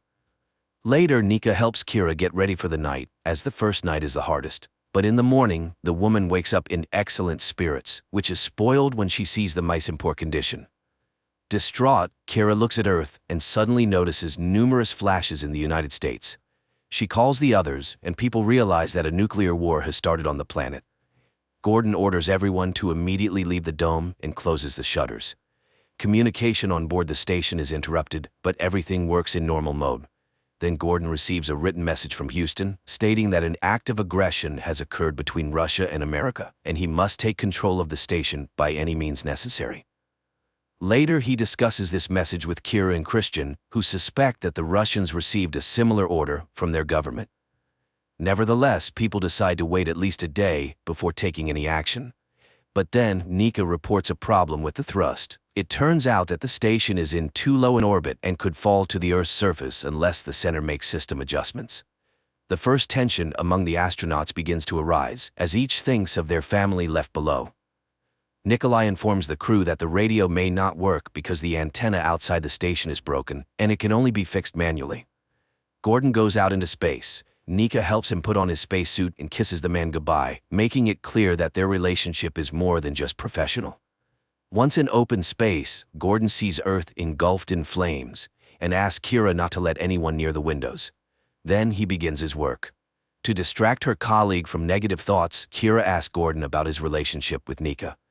He admits that he met her here, in space, and changes the topic to Kira's personal life. She shares that she spent 7 years studying organ replacement but faced failure, though everything might work out in zero gravity. Meanwhile, Alexei listens to their conversation and then cuts the wire. While Christian tries to find the reason for the loss of communication, the Russian cosmonaut replaces the damaged wire with another piece that looks intact, so the American finds nothing wrong. Gordon, meanwhile, approaches the antenna, for which he has to unhook the overly short safety tether. He realizes that the antenna is fine, then a mechanical arm starts moving, threatening the astronaut's safety. It turns out to be Nikolai's doing, without the knowledge of Alexei and Nika. Gordon tries to call out to Kira, but the mechanical arm knocks him off the station's surface and throws him into open space. Nika and Kira try to see the astronaut through the windows, then put on spacesuits and rush to the airlock, but upon extending the rescue rope, they find no astronaut at its end. Kira wants to go out and look for Gordon, but Christian asks her not to leave him alone with the Russians. They, in turn, confess to Nika that on the day communication was lost, they also received orders to eliminate the Americans by any means necessary. Alexei apologizes, not thinking his brother would do such a thing to Gordon, but the latter reminds him that he has no doubt the Americans would have done the same to them. Nika pleads with Alexei to save Gordon and threatens to tell everything to the Americans. She cries out of powerlessness, while Kira and Christian conclude that the Russians attacked first and Gordon is no more. Furious at her comrade's treachery, Nika goes to Kira and asks for her help. She is willing to give Kira her key in exchange for the key to the American locker. While she distracts her colleagues, Kira must sneak into the laboratory, open Locker 0, take out samples of radiation sickness medicine developed by Alexei in orbit, get into the Soyuz, and return to Earth. Because only by having the medicines can the survivors of the nuclear war be saved. Initially hesitant, Kira is persuaded by the argument that only the state with the medicines can dictate terms to the defeated and agrees, exchanging her key for Nika's. Nika sneaks to the location of the oxygen tube's junction, where she is caught by Nikolai and Alexei. They realize that the woman is ready to blow up the entire station just to avenge her lover's death. Nikolai tries to persuade her to abandon the idea, while Kira rushes to the laboratory. She can't find the Zero locker when Christian admits that there isn't one. Kira realizes that Nika deceived them, and they go to confront the Russians about their plans. Meanwhile, Alexei tries to persuade Nika not to blow up the station, but she behaves aggressively. Christian, sneaking up behind her, hits her on the head with a cylinder, but, miscalculating his strength, kills her. As the Russians come to terms with this, Christian and Kira decide to hide, hoping for communication to be restored. The man is devastated, as he only wanted to neutralize Nika, not kill her, and cries from the guilt. The brothers discuss the situation, and Nikolai asks Alexei to help him kill the Americans. He reminds him of their duty to their country and people, but Alexei refuses to participate in murder. He mourns for Nika while Nikolai, taking a screwdriver, goes in search of the pair. Later, Alexei, looking out of the porthole, suddenly sees Gordon, clinging to the side of the ISS. The Russian cosmonaut uses the mechanical arm to help Gordon return to the station, while Nikolai unsuccessfully searches for Kira. He tries to deceive the Americans, saying that Nika is alive. They need to gather together and think about what to do next, but instead of Kira and Christian, Gordon appears, armed with a drill. His friends, shocked by his resurrection, appear. The American demands to know what happened to Nika, and Alexei has to inform him of her death. Enraged, Gordon locks all his colleagues in the compartment and attacks Nikolai with the drill. The men fight until Alexei tries to open the door. Nikolai takes the drill from Gordon and wounds him, while Gordon pulls out Nikolai's screwdriver and in turn strikes his opponent in the neck. The astronauts who open the compartment find only 2 dead bodies, floating in zero gravity, embraced. The survivors arrange the bodies according to protocol and retreat to their sections, trying to make sense of what happened while the station orbits over the burning Earth. Later, Kira goes to the laboratory, examines the room, and finally finds the Zero module. This means Nika did not lie. She rushes to Christian and in his sleep capsule finds the Soyuz spacesuit and Russian research. It seems Christian was preparing to return to Earth alone. Meanwhile, Christian sabotages the station's life support system and tries to frame Kira, telling Alexei about Nika's plan to make the American woman take his research and escape. He accuses Kira of selfish motives when Alexei notices malfunctions. He observes a strange tension between Kira and Christian because of a knife the astronaut is using to make a sandwich. But Christian suddenly smiles, and asks the Russian cosmonaut to leave them alone for a while. Alexei floats to the door, but Kira suddenly speaks a phrase about mutual support that Nika taught her. Alexei turns around. Then Christian confesses he disabled the life support system, grabs a knife, and attacks Kira and Alexei. A fight ensues. While Alexei blocks the knife with his hand, Kira strangles their colleague. Nevertheless, Alexei receives a knife wound to the hand. Kira provides him with first aid, and later they together restore the life support system. In the laboratory, Kira notices a net installed in the mouse cage, which kept the animals alive, realizing Alexei did this. Suddenly, the communication system turns on, normalizing the station's orbit, and the threat of falling is averted. Messages from their leadership arrive on the astronauts' computers, asking them to confirm that they have completed their missions to take control of the station. However, instead of responding or following government orders, Alexei and Kira take the research results, board the Soyuz, and fall to Earth in an uncontrolled freefall. Lastly, Alexei asks where they will fly to which Kira finds no answer. This is where the movie ends.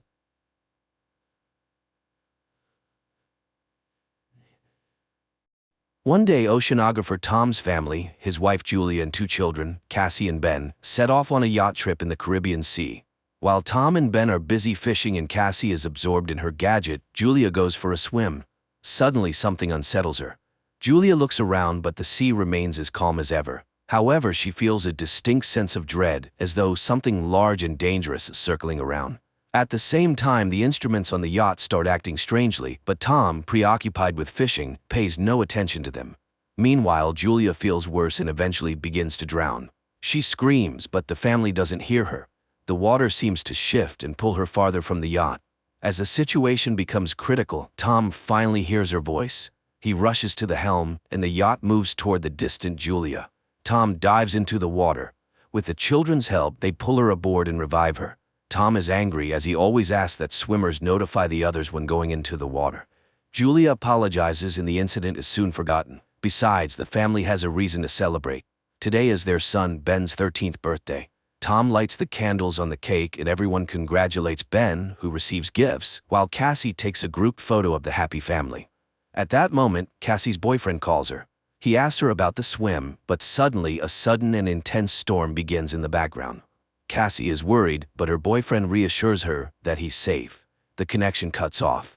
Cassie tells her parents about the storm on land, but then everyone feels some jolts, rushes to the deck, and sees massive whale carcasses surfacing around the yacht. Tom explains that sometimes whales get disoriented during storms, but these animals are pushing the yacht, threatening their safety. Tom dives into the water and soon returns aboard, injured. While trying to figure out what's going on, he cut himself on the propeller. Julia stitches up the cut on her husband's shoulder, and he explains that the yacht's shafts seem bent, likely from a tail strike. Now they're unlikely to be able to sail away.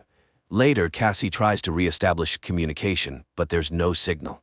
The radio isn't picking up any signals either. Tom begins calculating their supplies. There's enough water for about 4 days, no more, but they're on a shipping route, so someone is bound to find them. However, ominous sounds come from outside, and when the family steps out onto the deck, they see glowing objects falling from the sky. They fall closer and closer, and Tom, taking a risk, starts the engine. He manages to steer the yacht away from the next meteorite, but the engine is finally damaged. The next object falls so close that the family can see they are artificial satellites of Earth. A strong wind starts blowing, and the instruments go haywire. The terrified family hides inside the yacht, which is being tossed by the waves. They put on life jackets and prepare for the worst when a strange, ringing sound is heard, causing nosebleeds and nausea. Tom tries to signal for help with a flare gun, but it's all in vain. The family barely survives the night. In the morning, they were relieved to find themselves alive, but there's a gaping hole in the side of the yacht, and it's unclear why they're still afloat. The family goes outside and freezes in amazement. The water is gone, and their boat is standing on a rocky outcrop in the middle of a stony desert where the ocean once was. Sometime later, Tom tries to reassure his family, saying that not everyone could have perished. He takes measurements and realizes that the compass is lying. North isn't where it's supposed to be. This means the Earth's poles have shifted. Such a thing has happened on Earth before, but a long time ago. It turns out that the sea has retreated to where the land used to be, and most likely humanity has perished. Cassie can't bear this revelation and runs to the cabin, asking to be left alone. Julia goes to inventory the remaining supplies, while Ben releases a bunch of colorful balloons into the sky, hoping survivors will come to their aid. Meanwhile, Tom turns on the radio, sending out distress signals. Unexpectedly, he hears a response. It's from Naoto, the captain of a small submersible. They were deep underwater when the catastrophe happened, and that's why they survived. However, all communication systems have failed, and expecting help is futile. According to his calculations, the sea will return in about a week, and it will be harsh, so the man advises them to find higher ground and stay there. Julia orders the children to pack their things. Tom directly asks the captain if he can save their children. Naoto explains that the submersible is very small. Unfortunately, Naoto's partner died, and he can only take one person. After some persuasion, Tom convinces Naoto to take both children, and he provides his coordinates. Tom charts a course on the nautical map and promises to reach the location in a couple of days. The next morning, the family is almost ready to embark on their journey. Tom steps onto the deck and suddenly sees a man with a dog approaching. He walks toward him and greets him, but notices that the man is injured. He offers the traveler some water. The man drinks it and then suddenly punches Tom in the face, which Julia sees. She rushes to her husband as the traveler plunges a makeshift spear into Tom's chest. The dog keeps Julia at bay, though she freezes in horror herself. Realizing there's no saving her husband, she runs to the yacht. The man pursues her, injuring her arm. Nevertheless, Julia climbs onto the deck, and the children, hearing her screams, run to her aid. Together, they barricade the doors to the cabin. After that, Julia hides Cassie and Ben in a locker, giving her daughter the flare gun and instructing her to shoot only as a last resort. Meanwhile, the killer tries to break down the doors and eventually succeeds. Julia hides in the bathroom, patching up her wound. Entering, the intruder heads straight to the galley and grabs some food. It's clear that he's very hungry. Holding a can of food, the man begins searching the yacht, while Julia arms herself with a kitchen knife. He enters the cabin, but the woman jumps overboard, hiding beneath the yacht. The killer peers through the hole but doesn't see her. However, the dog attacks Julia, forcing her to kill it. The man hears the yelp, goes outside, and finds the dog's body. Meanwhile, Julia climbs back onto the yacht through the portholes on the opposite side. She falls straight into the killer's hands. He beats her, throws her onto a couch, and grabs her throat, intending to strangle her. Cassie witnesses all this and realizes it's the last resort. She opens the locker and fires at the man. The shot throws him to the side, but the flare sets the yacht on fire. Julia orders the children to flee while she sneaks into the galley. The killer, only injured, tries to attack again. Julia kicks him away, grabs the packed bags, and jumps overboard, where Ben finds his father's body. Cassie runs to the corpse and sobs over it. Julia kisses her deceased husband, but seeing the killer leap from the burning yacht, she takes the children and leaves. The boat explodes behind them. The family runs across the stony desert and soon takes shelter in a rocky canyon, where a stream flows. However, the water is salty and undrinkable. Cassie shares a small amount of water with her brother, but he refuses to drink. The boy feels guilty, believing the killer came because he saw the balloons. Cassie also voices this thought, but Julia orders her to stop and defends her son, explaining that he didn't mean any harm. She tells the children to gather themselves, as a long journey awaits. And then she spots the killer again, still relentlessly following their trail. The family hurries onward. That evening, Ben finds the carcass of a hammerhead shark and tries to butcher it. But Julia sees the pursuer and orders the children to run. They soon come across a field of once flooded toxic waste barrels, but Julia urges the children forward despite the threat of contamination, knowing the killer is still on their heels. The family walks along the former ocean floor, weaving through piles of plastic and other trash dumped by humans. Soon, Julia notices that Ben is severely dehydrated and gives him the last drops of water. Cassie has a breakdown, convinced that they have no chance of survival, but Julia commands them to keep moving. Eventually, they find the fuselage of a plane that crashed into the sea long ago and crawl inside to rest. Julia examines the last photo of their family and recounts the story of her first meeting with Tom, which happened at her hospital, where Tom was brought with decompression sickness after a failed dive.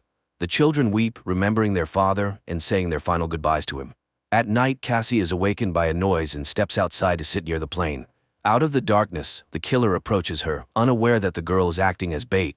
As he prepares to grab her, Julia ambushes him, stabbing the man with a knife. At dawn, the family prepares to continue their journey, only to discover the killer's body has been scavenged. A sign that something even more dangerous than humans lurks in the desert. They move on. Julia consults the map when Ben suddenly rushes ahead. His mother yells for him to stop, but the boy sprints toward a salty puddle and manages to drink a few gulps. Julia drags him away, but the boy becomes sick. Soon they come across some plastic chairs and build a makeshift shelter from the sun, resting inside it. Suddenly, Julia hears strange sounds. She steps outside and sees something that forces her to wake the children. Realizing the new danger, they begin running. Soon they spot a large ship in the distance, surrounded by crashed containers and a few wandering people. Julia calls out to them, but they, seeing thousands of giant crabs, dash into a container and lock the doors, ignoring her pleas for help. The three climb onto a container, though the crabs manage to wound Julia in the leg. Nevertheless, Julia, Cassie, and Ben sit on top, watching the crabs penetrate through a crack in the doors, killing everyone inside despite the people's attempts to fend them off. Julia ties a scarf around her leg and passes out. The next morning, she wakes up alone, terrified, and calls for the children. But it turns out the crabs have moved on, and the children had gone down to search for food and weapons. Julia cauterizes her wound while Ben examines the found weapons. Searching through the containers, they find a small amount of food and water. In the pocket of one of the deceased, Julia finds a radio and contacts Naoto. He responds, explaining that he was also attacked by deep-sea arthropods. Based on his observations, the sea will return soon, which is why the creatures have emerged. Julia begs him to save her children, but she's unsure where to go because she's lost the map. Naoto fires a flare. Ben sees the direction, and the family rushes toward it. Soon they see a yellow submarine in the distance, but reaching it is difficult due to the terrain of the former seabed. Cassie dislikes her mother's talk about saving the children, but Julia refuses to answer and pushes the family onward. They are forced to pass through a canyon contaminated with toxic waste. At one point, they are caught in a rock slide, and Julia becomes separated from the children.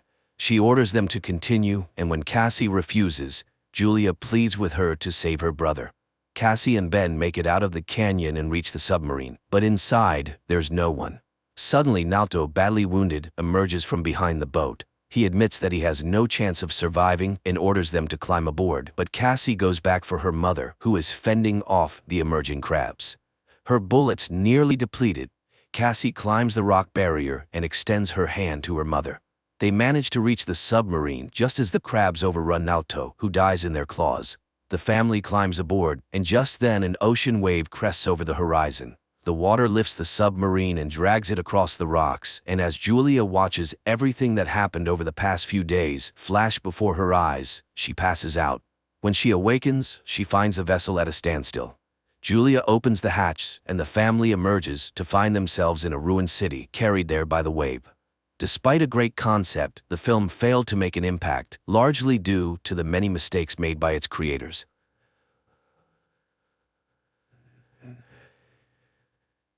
In the future, a time comes when women are offered a unique opportunity to conceive and give birth to a child using mobile artificial wombs in the form of eggs. Don't say a Bob.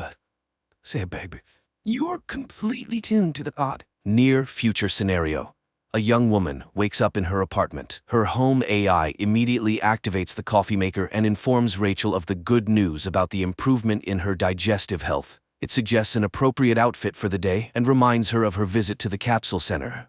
Rachel wakes up her husband, Elvie, to wish him a good morning and say goodbye before heading to work. The AI now advises Elvie on his outfit for the day and informs him that his happiness index has slightly increased. He receives a prepared breakfast and heads to the home greenhouse. Meanwhile, Rachel arrives at work, where today there is a presentation of a new generation of cognitive assistants called our machines, which are soon to become new cognitive supervisors. After the meeting, Rachel is invited by her supervisor, who is concerned about the possibility of her expanding her family, as they intend to offer her a promotion. Additionally, the corporation is willing to provide funding for the services of the Uterus Center, which Rachel appreciates. Following this, Rachel continues her workday when she receives a call from the Uterus. There have been changes in their lists, and a spot has opened up which the center can offer her. They schedule a visit, and Rachel settles into a relaxing chair, dreaming about her future child. During this time, her husband conducts a class in the botanical garden, where he shows students a fig fruit that he managed to grow naturally. He offers the young people a taste, but they view the fruit with disgust. Finally, one brave soul tries it. Meanwhile, Rachel shares the joyful news with her colleague and friend Alice and confesses that she hasn't told her husband about her visit to the center. Because of this, she has to consult her robot psychoanalyst, to whom she admits that her husband is very distant from her, as he is fixated on the natural world, which translates into his desire to have a child conceived, carried, and born naturally. The AI seeks an answer to the question of why this child would be considered natural, while one gestated in a capsule would not. What distinguishes them? And Rachel is at a loss, unable to find the differences.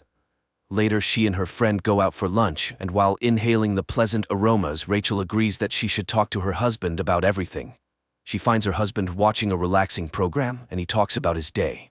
Elvie is disheartened by the fact that the younger generation doesn't know how to interact with nature because no one taught them.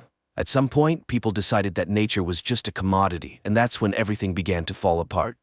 The next day, Rachel goes to the uterus center, where she and others discuss how, when the birth rate dropped to 0, their newly established center took on the task of solving the problem. Women didn't want to have children because it was inconvenient for them. The center wants them to live full lives and pursue their dreams without being distracted by children. The director of the center, Linda, welcomes the gathering and is ready to share the latest technological advancements. Humans have always managed to control nature, so why shouldn't women take control of childbirth? Linda gives a tour of the center, showing the capsule developed by scientists in which the baby grows. If parents don't have time to interact, they can always play music, audiobooks, or educational podcasts for the baby. Through an app, they can feed the child and monitor its development. One significant advantage is that children in the capsule are not exposed to viruses or toxins. The capsules operate autonomously for 48 hours. The fetus inside can hear everything happening around, so it's advisable for the mother to talk to the baby. After the discussion, Linda reminds Rachel of the need to make a deposit, but Rachel intends to talk to her husband first.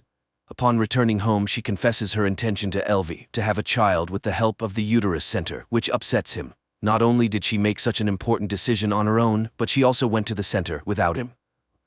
Rachel apologizes, and the couple reconciles.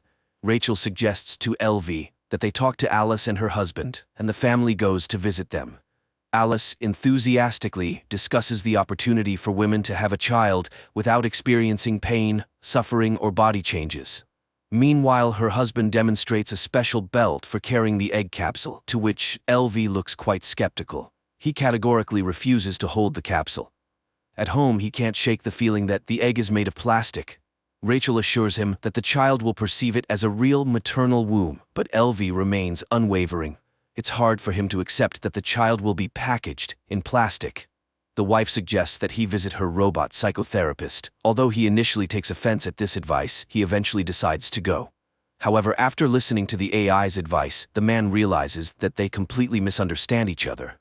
Upon returning home and discussing the evolution that led humanity to grow children in capsules, he agrees to his wife's proposal because he understands how important it is to her. The next day they go to the center, and although now a child can be made from any material, Rachel announces that Elvie will be the biological father.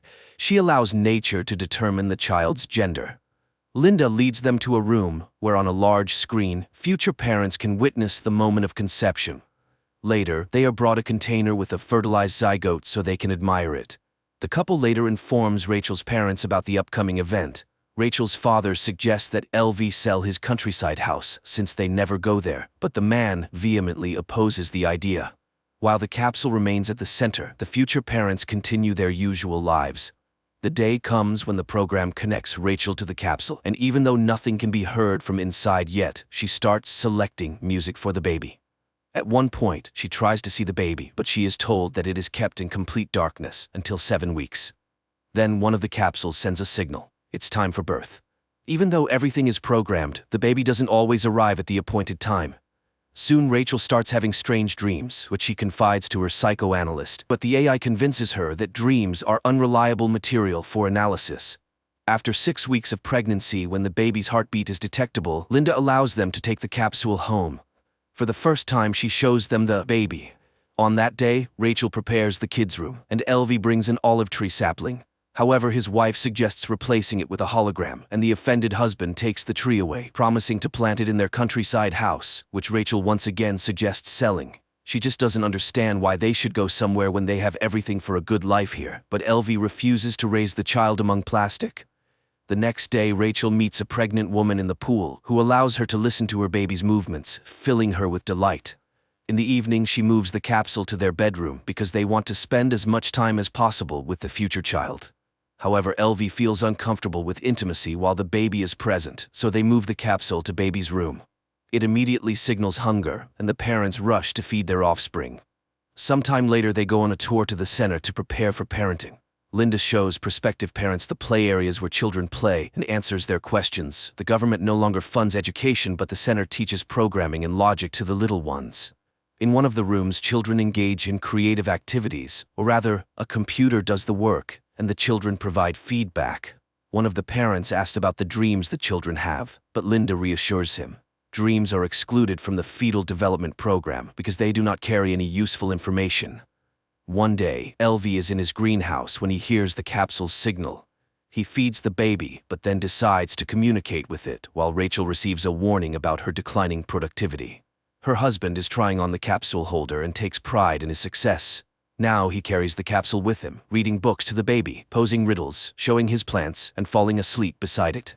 At work, he suggests to the visitors to hug a tree and experience its calming effect on the human mind. His supervisor congratulates him on the upcoming joyful event and suggests replacing the live plants in the greenhouse with holographic images, as growing real trees is too expensive, but Elvie becomes furious and rejects the proposal. At home, the family watches a movie about penguins, and the man starts crying when he learns about the dedication of the birds. Worried Rachel suggests returning the capsule to the center, as other parents do. That's when Elvie reveals that he brought the capsule to work. Rachel shares this with her colleagues. She is concerned about her husband's close interaction with the egg. However, the women encourage her to be happy about it. After all, the father is immediately bonding with the future child. Rachel continues to have strange dreams, and her pregnant friend reassures her that it's normal for expectant mothers. One day, Rachel dreams of herself with a baby bump, and she enjoys it. The woman also begins to devote all her attention to the capsule, especially after Elvie's mother sent them an old book about the benefits of parental closeness. But this starts to worry Rachel, and the couple goes to a psychoanalyst. Finding a balance is challenging because everything revolves around the child. Rachel is jealous of Elvie because he spends more time with the baby than she does. After all, she is the mother and should feel the baby. After listening to their argument, the AI asks for permission to connect to the capsule because it cannot take sides. The next day, Rachel takes the capsule to work. However, she behaves distractedly, giving the baby too much attention. Alice suggests placing the egg in a specially designated area where other future mothers' capsules are stored because Rachel is becoming a distracting mother. Alice's capsule is kept at the center because it's more convenient for her. In the evening, Rachel, taking the capsule, hurries to the center for a parenting seminar, after which Linda suggests leaving the baby in the incubation area. The family reluctantly complies with the demand. The house becomes empty, and both the husband and wife miss their capsule. One day, Rachel dreams of a seaside where she walks with the baby in her arms. She wakes up in tears and moves Elvie's little tree to the kids' room, surprising her husband. Meanwhile, at work, her boss is not entirely satisfied with her productivity, but Rachel assures her that everything is fine. Later, Linda informs them that the delivery day will be next Wednesday, as deliveries now occur on the 39th week. They can't afford babies being born earlier or later, as the capsules are in high demand. Parents must receive oxytocin, the love hormone, to prepare for the baby's arrival. However, the family shocks the director with a request to allow them to take the capsule home before delivery, even though it goes against the rules. Moreover, important personality development seminars are held every day. Linda suggests they take special tablets to regulate the baby's sleep, which greatly helps parents. The couple leaves, passing through protesting women against the capsules. Suddenly, Elvie returns and, taking advantage of the midwife being occupied with another patient, retrieves his capsule without permission. That night, Rachel dreams that she is buying her baby at a store, and they offer her a deal, 2 for the price of 1. Upon waking up, she wakes her husband and asks him to take her to their countryside home to give birth in nature. Elvie rushes to the center and informs Linda that they intend to give birth at home. However, the director is strongly against it. The capsule is very expensive and they cannot take risks, so they must return the egg as soon as possible. Nevertheless, the family leaves for their coastal home. Rachel enjoys the surrounding nature, starting to understand her husband. They walk in the forest together and plant an olive tree. They often sit by the sea with the capsule until one night it turns off. In a panic, Rachel suggests calling the center, but her husband reminds her that they still have 48 hours and they must trust the child.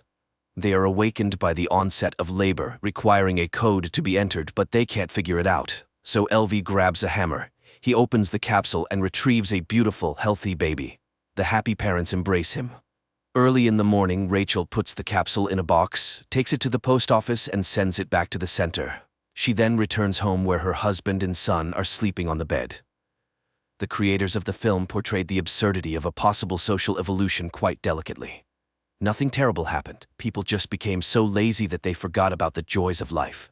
Why go out of town when you can visit a capsule garden where you lie down and inhale the scents of the forest? And why go through the process of pregnancy and subject your body to stress? After all, there's the capsule.